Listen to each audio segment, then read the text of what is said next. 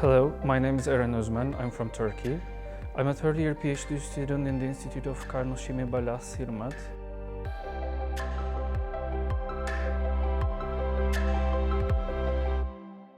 My study mainly focuses on the additive manufacturing of ceramic metallic multimaterials. In additive manufacturing, very complex shapes that cannot be manufactured by conventional methods can be obtained. For example, this object that I'm holding in my left hand is made of titanium powder and produced by powder bed selective laser processing method. This internal grid is almost impossible to obtain by conventional methods. And here in my other hand, I'm holding a ceramic piece with an internal cavity. This is also very challenging and almost impossible to obtain by conventional methods. In our study, powder bed selective laser processing is used to create ceramic metallic multimaterials as the main objective of the study. In this process, the powder of desired material is selectively melted or sintered with the help of a laser. As layers are created successively, the 3D object is created and formed.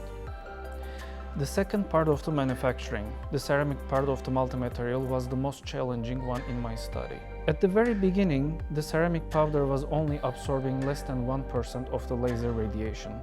To make the ceramic powder more absorbent, less than 1/8% of graphite powder with a high absorbency was added in the powder blend physically.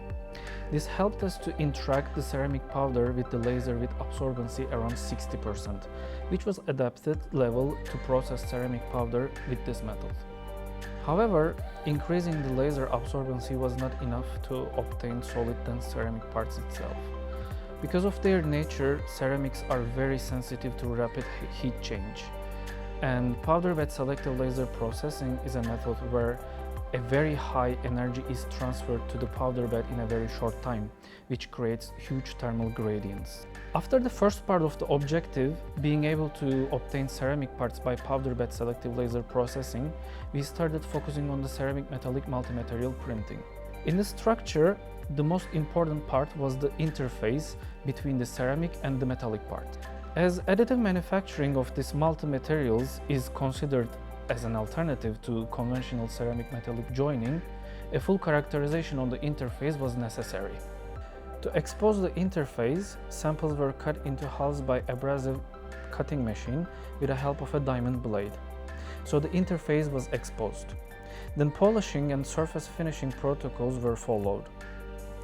When the samples were ready, many characterization methods were applied.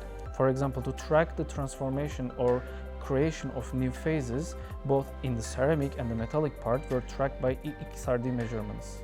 On the other side, for elemental composition analyzing, methods like microprobe analysis or elemental mapping by EDX were preferred.